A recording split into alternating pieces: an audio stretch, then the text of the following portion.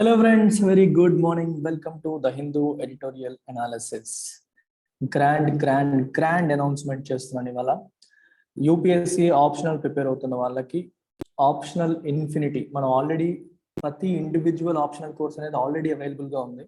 ఇప్పుడు ఒకే ఒక్క సేమ్ ఫీజుతో, ఇంతకుముందు ఎలా ఫీజు కట్టేవాళ్ళు సేమ్ ఫీజుతో I'm giving unlimited access to all the optionals. ఇమీడియట్గా క్వశ్చన్ వస్తుంది, ఎందుకు? ఎలాగో ఒక ఆప్షనలేగా చదువుకునేది, మళ్ళీ నాకు అన్ని ఆప్షనల్స్కి యాక్సెస్ ఎందుకు అని చెప్పి చాలా మంది క్వశ్చన్ చేస్తారు. ఆబ్వియస్లీ అవసరం లేదు. క్రిస్టల్ క్లియర్గా మనం పబ్లిక్ అడ్మినిస్ట్రేషన్ డిసైడ్ అయిపోయామంటే మీరు ఓన్లీ పబ్లిక్ అడ్మినిస్ట్రేషన్ చదువుకోండి, రిమైనింగ్ యూజ్ చేయొద్దు, సింపుల్. కానీ ఇలా ఇవ్వడం యొక్క ఉద్దేశం ఏంటంటే it will help those who are undecided. అర్థం కాని అంటే ఏది తీసుకోవాలో తెలియక ఈ రెండా ఇదా అదా ఏదైనా కన్ఫ్యూజన్ ఉన్న వాళ్ళకి they will have full access. అన్ని ఆప్షన్స్ కూడా మళ్ళీ లైఫ్ టైం వ్యాలిడిటీతో వస్తాయి. సో మీకు ఒక 1 month ఎక్స్ప్లోర్ చేయండి, లేదా 2 months ఎక్స్ప్లోర్ చేయండి. ఎక్స్ప్లోర్ చేసి ఏది నచ్చిందో దానికి స్టిక్ అయిపోండి, ఎటువంటి ప్రాబ్లం కూడా లేదు, చక్కగా తీసుకోండి. ఇంకా నేను ఒక సర్వే కూడా చేశాను చాలా మంది స్టూడెంట్స్ని, ప్రీవియస్ ఆస్పిరెంట్స్ని. కొంతమంది స్టూడెంట్స్ అయితే 1 year అయిన తర్వాత రిలీజ్ అవుతారు. ఎగ్జామ్ అంతా రాసిన తర్వాత, ఒక మెయిన్స్ కూడా రాసిన తర్వాత ఆప్షనల్ చేంజ్ చేసుకున్న స్టూడెంట్స్ కూడా ఉన్నారు. అంటే ఆల్రెడీ ఒకసారి 30,000, 40,000, 50,000 ఖర్చు పెట్టేసి మళ్ళీ 1 year అయిన తర్వాత మళ్ళీ ఆప్షనల్ మారినప్పుడు దానికోసం సెపరేట్గా కోచింగ్ తీసుకొని వెళ్ళే పరిస్థితులు కూడా ఉంటున్నాయి. సో వీలైనంత వరకు అలాంటి ఎక్స్ట్రా ఖర్చుని కూడా స్టూడెంట్కి తగ్గించాలి అనేది కూడా దీని వెనకాల objective. So as of today మన ఇన్స్టిట్యూట్లో ఈ 4 ఆప్షనల్స్ అందిస్తున్నాం. ఈ 4 కూడా మీకు యాక్సెస్ అనేది వస్తుంది. సో ఇందులో మీరు ఆల్రెడీ డిసైడ్ అయిపోయి ఉంటే you stick to that, remaining అలా విడిచిపెట్టేసేయండి, దాన్ని చూడాల్సిన అవసరమే లేదు. లేదు సార్ నేను సోషియాలజీయా పిఎస్ఐఆర్ డిసైడ్ చేసుకోలేకపోతున్నాను, watch both for 1 month or 2 months and then make an informed choice. లేదా పబ్లిక్ అడ్మినిస్ట్రేషన్ పిఎస్ఐఆర్ డిసైడ్ అవ్వలేకపోతున్నాను, రెండింటిని చూడండి, then make an informed choice. This is designed to empower you. This is designed to give you more choice. అలానే fee పెంచుతున్నా అంటే పెంచట్లా. మీరు నిన్నటి వరకు నేను చేసిన అనౌన్స్మెంట్లో కూడా చూసారు, అప్పుడు 30,000, ఇప్పుడు కూడా 30,000. Just because I'm giving you option, just because I'm giving you flexibility, I'm not raising the fee. Same fees, same conditions అన్నీ సేమ్ ఉంటాయి. ఈఎంఐ ఆఫ్ 5,000 per month కూడా అలాగే ఉంటుంది, ఏమీ మారదు. కానీ మీకు ఆప్షన్స్ పెరుగుతాయి, ఫ్లెక్సిబిలిటీ పెరుగుతుంది.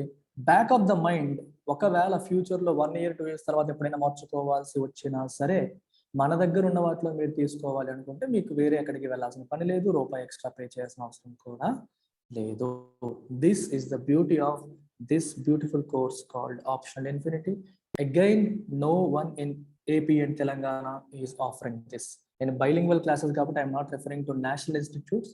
ఏపీ అండ్ తెలంగాణలో ఎవరు కూడా ఎలా చేయట్లేదు. అన్ని క్లాసెస్ కూడా మీకు అందరికీ అర్థమయ్యే రీతిలో, సులభంగా అర్థమయ్యే రీతిలో మంచిగా చెప్పడం అనేది జరుగుతుంది. మీకు answer writing practice, test series కూడా ఫ్యూచర్లో కండక్ట్ చేయబోతున్నాము with the same fee. Extra fee దీంట్లో తీసుకునేది ఉండదు. అయితే ఫీ రివిజన్ అనేది ఆల్రెడీ డిసైడ్ అయిపోయాము. సో ఆప్షనల్ ఇన్ఫినిటీ అనే పేరు రాకముందే మేము నిర్ణయం తీసుకోవడం అనేది జరిగింది. November 1st నుంచి 35కి వెళ్తుంది. Not because we're launching optional infinity, it's already there, ముందు డెసిషన్ అయిపోయింది. సో ఎవరైతే ఆప్షనల్ తీసుకోవాలనుకుంటున్నారో this is your chance. Time waste చేయకుండా ఇమీడియట్గా మేడంకి కాల్ చేయండి. 5,000 ఈఎంఐ ఉంది, లేదు మీరు ఒకేసారి పే చేస్తారంటే ఇది కేవలం 25,000 రూపీస్. ఒకేసారి కడితే 5,000 రూపీస్ డిస్కౌంట్ వస్తుంది. 25,000 రూపీస్ పే చేసి మీరు వచ్చేయచ్చు. You get lifetime access to all 4 optionals. Thank you very much. So let's begin today's editorial. So title of today's editorial is Descent into Chaos. Chaos అంటే గందరగోళం, control లేని పరిస్థితిని chaos అంటాం. Decent అంటే దిగిపోవడం, దిగజారిపోవడం, దిగిపోవడం. Accent అంటే పైకి వెళ్ళడం, డిసెంట్ అంటే దిగిపోవడం, దిగజారిపోవడం. అంటే అర్థం ఏంటంటే గందరగోళమైన పరిస్థితుల్లోకి మయన్మార్ అనేది దిగిపోయింది, దిగజారిపోయింది. పరిస్థితులు అనేవి ఏ రోజుకు ఆ రోజు క్షీణించి ఆ స్టేజ్కి వచ్చేసాయి అని అర్థం. ద మయన్మార్ జనతా బేసికల్గా జనతా అనే పదం ఎక్కడ వాడతారంటే ఇట్ మీన్స్ ఎ గ్రూప్. జనరల్గా మిలిటరీ గ్రూప్కి జనతా అనే పదం వాడతారు. మిలిటరీ జనతా అంటే a military group which has forcibly taken over the regime. అంటే డెమోక్రాటిక్ గవర్నమెంట్ ని పడగొట్టి బలవంతంగా ఫోర్స్ తో అధికారాన్ని చేజిక్కించుకున్న వాళ్ళు ఏమంటారు? మిలిటరీ జనతా అంటారు, గ్రూప్ అంటాం. The Myanmar Janata should immediately end the violent suppression of democratic protest. ప్రజాస్వామ్య రీతిలో ప్రజలు చేస్తున్న నిరసనల్ని మీరు వైలెంట్గా సప్రెస్ చేస్తున్నారు, అంటే అణచివేస్తున్నారు. ఈ క్రూరమైన అణచివేతని ఇమీడియట్ గా ఎండ్ చేయాలి. The Myanmar Janata should immediately end the violent suppression of democratic protests. The decision by ASEAN to exclude Myanmar's military junta from its annual summit held on October 26 to 28 is a major setback for the generals' attempts to gain regional legitimacy for their brutal regime. ASEAN అనేది regional grouping, మీ అందరికీ తెలిసిందే. ఇప్పుడు మీరు comment సెక్షన్లో ఏం చేస్తారంటే what is the full form of ASEAN full form ని మెన్షన్ చేస్తారు. అలాగే ఏసియాన్ ఎప్పుడు ఎస్టాబ్లిష్ అయిందో మెన్షన్ చేస్తారు. ఎట్ ప్రెజెంట్ ఏసియాన్లో ఉన్న మెంబర్ కంట్రీస్ పేర్లు కూడా రాస్తారు, ఎన్ని మెంబర్ కంట్రీస్ ఉన్నాయి అనేది కూడా రాస్తారు. ఒకవేళ మీకేమైనా కుదిరితే ఆ మెంబర్ కంట్రీస్ని గుర్తుపెట్టుకోవడానికి ట్రిక్స్ ఉంటాయి. మీకు ఏదైనా ట్రిక్ తెలుసుంటే ఆ ట్రిక్ కూడా రాయండి. Okay, so that other subscribers, మన ఛానల్ చూస్తున్న వాళ్ళకి ఉపయోగపడుతుంది. ఏసియాన్ కంట్రీస్ని మెమరైజ్ చేయడానికి ఏదైనా ట్రిక్ ఉందా, ఉంటే ట్రిక్ని కూడా కామెంట్ సెక్షన్లో మెన్షన్ చేయండి. The decision by ASEAN to exclude Myanmar's military junta from its annual summit అంటే శిఖరాగ్ర సమావేశం, అంటే దేశ అధినేతల యొక్క సమావేశం, held on October 26 to 28, October 26-28 మధ్యలో జరిగిన ఈ యాన్యువల్ అంటే ప్రతి సంవత్సరం జరిగే ఈ అదే దేశాధినేతల సమావేశం నుంచి మయన్మార్ ని ఎక్స్క్లూడ్ చేశారు. ఈ మిలిటరీ జంతాని పిలవలేదు, వాళ్ళు ఎక్స్క్లూడ్ చేశారు ఏసియాన్ వాళ్ళు. ఇలా చేయడం అనేది is a major set back, వాళ్ళకి ఒక సెట్ బ్యాక్ అంటే ముందు అడుగు వేస్తున్నాం, మా లెజిటిమసీ, రీజనల్ లెజిటిమసీ అంటే మా ప్రభుత్వానికి కూడా గుర్తింపు కావాలని కోరుకుంటున్నారు. అంటే ఇది కూడా లెజిటిమేట్ గా ఏర్పాటు చేయబడింది, న్యాయబద్ధంగా చట్టబద్ధంగా ఏర్పాటు చేయబడిందని ప్రపంచ దేశాలు కూడా వీళ్ళని గుర్తించాలని అని చెప్పి ఈ మిలిటరీ పీపుల్ అనుకుంటున్నారు. కానీ అలా అనుకునే ప్రాసెస్ కి ఇది ఒక సెట్ బ్యాక్, ఒక ఎదురు దెబ్బ అని అర్థం అనమాట. దేనికోసం? For their brutal regime. Brutal అంటే క్రూరమైన, వైలెంట్ అని అర్థం. రెజిమ్ అంటే పరిపాలన, అంటే వాళ్ళ యొక్క పరిపాలనా విధానానికి, పరిపాలనకి, వాళ్ళ యొక్క పాలనకి రీజనల్ లెజిటిమసీ కావాలని కోరుకుంటున్నారు, ఎఫర్ట్స్ పెడుతున్నారు, అటెంప్ట్స్ చేస్తున్నారు. దానికి ఇది ఒక ఎదురు దెబ్బ అని అర్థం. Ever since it seized power. Seize అంటే అర్థం ఏంటి? లాక్కోవడం, బలవంతంగా చిక్కించుకోవడం.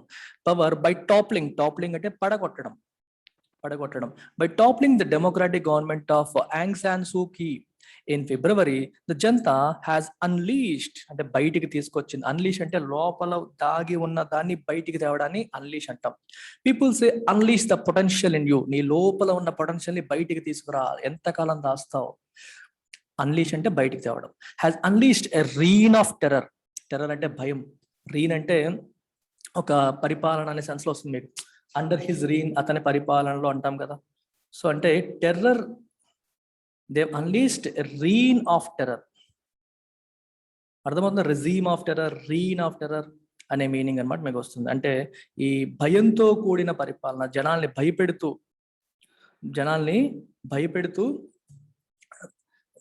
భయపెట్టే పరిపాలన వాళ్ళు బయటికి తీసుకొచ్చారు. క్లెయిమింగ్ అన్ ఎస్టిమేటెడ్ 1000 lives. క్లెయిమింగ్ అంటే బలిగొండం.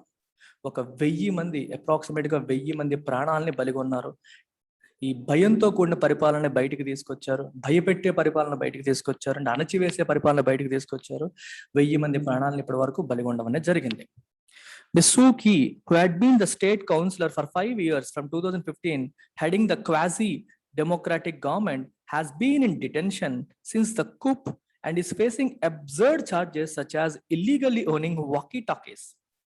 ఇంతకుముందు ఎవరైతే లీడర్ గా ఉన్నారో ఆవిడని 2015 నుంచి 5 సంవత్సరాల పాటు ఆవిడే ఉండేది. క్వాసై డెమోక్రాటిక్ గవర్నమెంట్, కంప్లీట్ గా డెమోక్రాటిక్. క్వాసై అంటే సెమీ అని అర్థం, something that is not complete. ఇండియాని క్వాసై ఫెడరల్ అంటారు. క్వాసై ఫెడరల్ అంటే India is not completely federal, 100% federal కాదు. ఫెడరల్ అంటే అర్థం ఏంటి? There is a complete division of powers between state and centre. అంటే సెంటర్ పని సెంటర్ చేస్తుంది, స్టేట్స్ పని స్టేట్ చేస్తాయి, ఎవరికి వాళ్ళకి పవర్స్ ప్రాపర్ గా డివైడ్ అయ్యాయి అనేది క్వాసై గవర్నమెంట్. అది మనకి ఫెడరల్ గవర్నమెంట్, అది మనకి యునైటెడ్ స్టేట్స్ ఆఫ్ అమెరికాలో ఉంటుంది, ప్రాపర్ ఫెడరల్ స్ట్రక్చర్. బట్ ఇండియాకి వచ్చేసరికి federal with centralising tendency, quasi federal ఇలా అంటారనమాట. అంటే సెమీ అని, పూర్తిగా లేనిది democratic government. And has been in detention since the coup. Coup అంటే ఇలాంటి కుట్ర, అర్థమవుతుందా? ఇలాంటి కుట్ర చేసి వెనకాల కుట్ర చేసేదాన్ని కూప్ అంటాం. ఈ కూప్ జరిగినప్పటి నుంచి తను డిటెన్షన్ లో ఉంది. డిటెన్షన్ అంటే రెస్ట్రిక్టెడ్ ఎన్వైరన్మెంట్, ఒక రూమ్ లో పెట్టి బంధించేయడం, కదలనీయకుండా. Detention is restricting the movement, వాళ్ళ మూమెంట్ కి రెస్ట్రిక్ట్ చేస్తూ ఒక చోట బంధించేశారు. And is facing absurd charges. Absurd అంటే సిల్లీ, చార్జెస్ అంటే ఆరోపణలు. తను ఎలాంటి ఆరోపణలు ఫేస్ చేస్తుంది? Such as illegally owning walkie talkies. తన దగ్గర వాకీ టాకీస్ ఉన్నాయి, వాకీ టాకీస్ ఉంటే ఏమైపోయింది, వాకీ టాకీస్ ఉన్నాయి లాంటి ఆరోపణలతో తన్ని డిటైన్ చేశారంట. Thousands of others were arrested by the military. ఇంకా వేల కొద్ది ప్రజల్ని మిలిటరీ అరెస్ట్ చేసింది. ఎటువంటి మిలిటరీ ఇది? Notorious for its reprisal of democratic protests in the past. Reprisal అంటే ఇక్కడ అర్థం ఏమిటి? What is the meaning of reprisal? What is the meaning of notorious? Notorious అంటే ఫేమస్. నటోరియస్ అంటే అర్థం ఏంటి? ఫేమస్. ఏ రకంగా? నెగిటివ్ గా. ఫేమస్ అనేది పాజిటివ్, నటోరియస్ అనేది negative. If someone is for example అంటే ప్రజలని అణచివేయడంలో అతను ఫేమస్ అనుకోండి. అంటే ఈ ప్రభుత్వం వచ్చిందంటే చాలు పత్రికా స్వేచ్ఛ మీద ఎప్పుడు కూడా అటాక్స్ జరుగుతాయి. That means this government is notorious for its attacks on journalistic freedom. అర్థమైందా? Freedom of press, freedom of press ని అణచివేయడంలో వీళ్ళు ఫేమస్. అప్పుడు ఫేమస్ అనే పదం వాడరు, నటోరియస్ అంటారు. అంటే ఒకళ్ళు famous but in negative way అనేటప్పుడు we use the word notorious. వీళ్ళు కూడా నటోరియస్ ఎందుకు? For its reprisal of democratic protests. Democratic protest అంటే అర్థం ఏంటి? ప్రజాస్వామ్యబద్ధంగా జరుగుతున్న నిరసనల్ని అణచివేయడం. రిప్రైజల్ అంటే ఇక్కడ మీనింగ్ ఏంటి? Act of retaliation. రిటాలియేషన్ అని అర్థం అనమాట. సో రిటాలియేషన్, తిప్పి కొట్టడం, అణచివేయడం, తొక్కివేయడం, ఇట్లాంటి మీనింగ్ వస్తుంది ఇక్కడ మీకు. ఇలాంటి వాటికి వీళ్ళు నటోరియస్ అంటే ఫేమస్ అని అర్థం. అట్లాంటి వాళ్ళు వీళ్ళు. ఇలాంటి వాళ్ళని, ఇలాంటి మిలిటరీ ఎంతో వేల కొద్ది ప్రజల్ని అరెస్ట్ చేసింది. But this time the crisis seems much worse. ఇంతకు ముందు ఉన్న దానికంటే క్రైసిస్ అనేది ఇంకా చెడిపోయింది, వర్స్ అయిపోయింది అని అర్థం. క్రైసిస్ అంటే సంక్షోభం. Months after the seizure of power, the junta led by general Min Aung Hlaing is still struggling to restore order. Power వీళ్ళ చేతిలోకి వచ్చి కొన్ని నెలలు గడిచినప్పటికీ ఇప్పటికి కూడా దేశంలో లా అండ్ ఆర్డర్ వాళ్ళు ఎస్టాబ్లిష్ చేయలేకపోతున్నారు.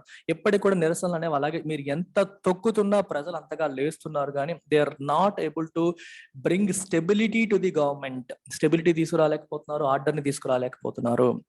If in the past the national league for democracy, NLD, ఏంటిది ఆ అమ్మాయి పార్టీ, సారీ తన party Misuki's party had upheld non-violence even in the face of repression. This time, NLD leaders have called for a revolution. ఈ national league for democracy అనే party ఇంతకు ముందు repression అంటే మనల్ని అణిచివేసే క్రమంలో కూడా నాన్ వైలెన్సే ఉండాలి అని చెప్పి సపోర్ట్ చేస్తూ వచ్చేది. అంటే గాంధీ మార్గం ఒక రకంగా చెప్పాలంటే అహింసా మార్గాన్ని ఎప్పుడు కూడా ఎంచుకునేది ఆ పార్టీ. అలాంటి పార్టీ కూడా ఈసారి they called for a revolution, విప్లవం రావాలి, ఈ ప్రభుత్వం పడిపోవాలంటే ప్రజల్లో తిరుగుబాటు రావాలని చెప్పి వాళ్ళు అన్నారు. అంటే ఎప్పుడు నాన్ వైలెన్స్ ని ప్రేరేపించి సపోర్ట్ చేసే వాళ్ళు కూడా ఎలా మాట్లాడే పరిస్థితులు ఇప్పుడు ఉన్నాయి.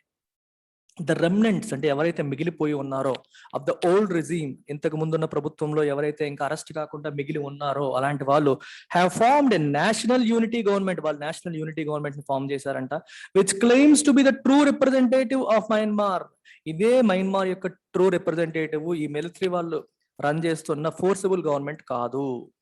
అంటే తెలియని చాలా మందికి ఒక చిన్న ఇన్ఫర్మేషన్ ఏంటంటే మిలిటరీలో ప్రజాస్వామ్యబద్ధంగా ఒక ప్రభుత్వం ఉండేది, దాన్ని ఈ మయన్మార్ లో దాన్ని మిలిటరీ వాళ్ళు బలవంతంగా వాళ్ళని పడగొట్టేసి బలవంతంగా చేజిక్కించుకున్నారు అధికారాన్ని, ఫోర్స్ఫుల్ గా. తాలిబాన్ వాళ్ళు ఎలాగైతే చేశారో అలాగే ఇక్కడ మిలిటరీ ఆర్మీ చేసింది, దేశపు ఆర్మీ చేసింది.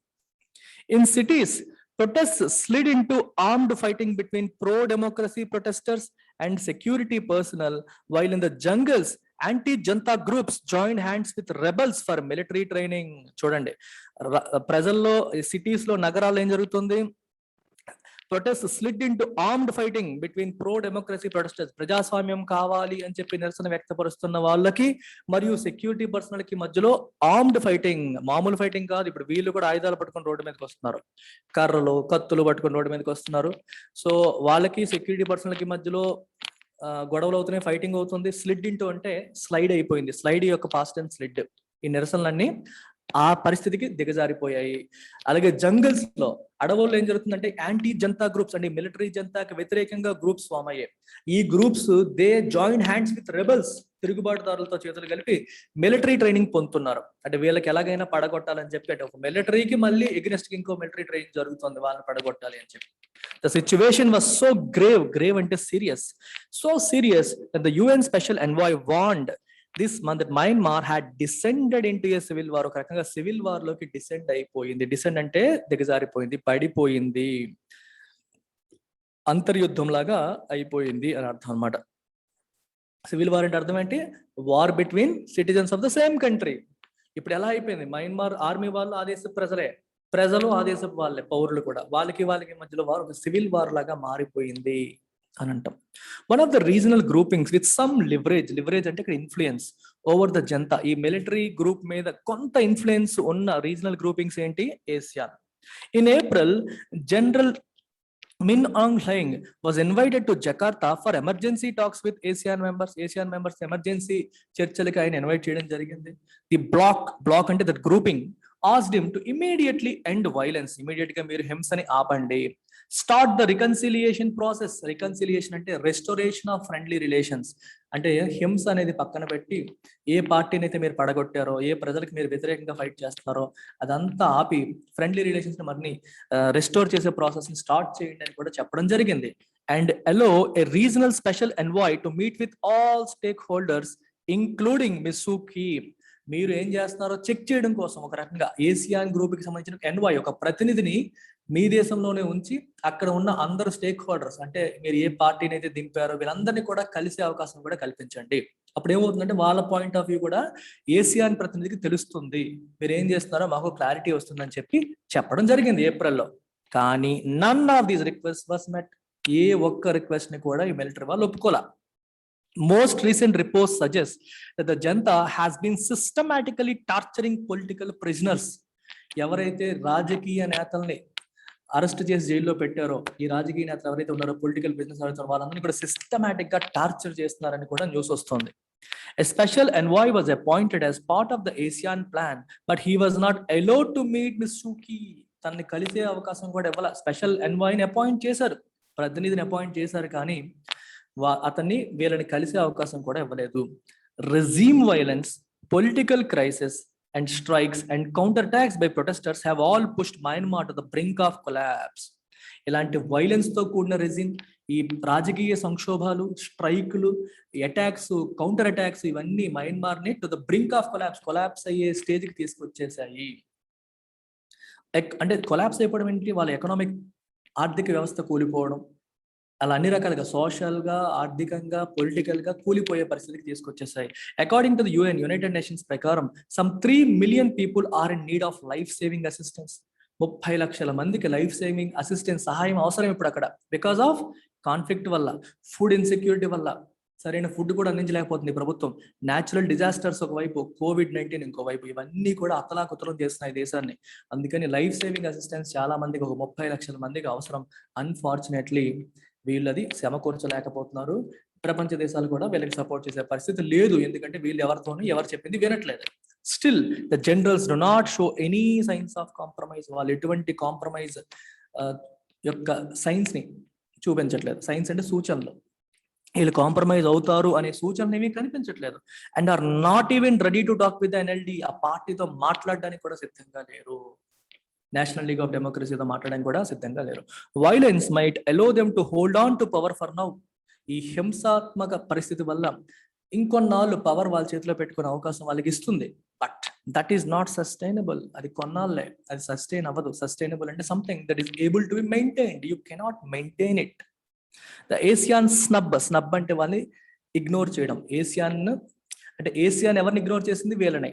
ఏసియాన్ వాళ్ళు ఈ మిలిటరీ జంతాని ఇగ్నోర్ చేయడం, స్నబ్ చేయడం అనేది is a reminder that continuing violence could cause regional isolation of the regime. మీరు ఇలాగే ఉంటే ఈ రీజియన్ లో, సౌత్ ఈస్ట్ ఏషియన్ నేషన్స్ ఆ రీజియన్ లో మిమ్మల్ని ఐసోలేషన్ చేస్తారు, అంటే మిమ్మల్ని వేరేగా సెపరేట్ చేసేస్తారు. మీకు ఏ కంట్రీ కూడా సహకారం అందించకపోయే పరిస్థితికి అది దారి తీయవచ్చు మీరు ఇలాగే వైలెన్స్ ని కంటిన్యూ చేస్తే.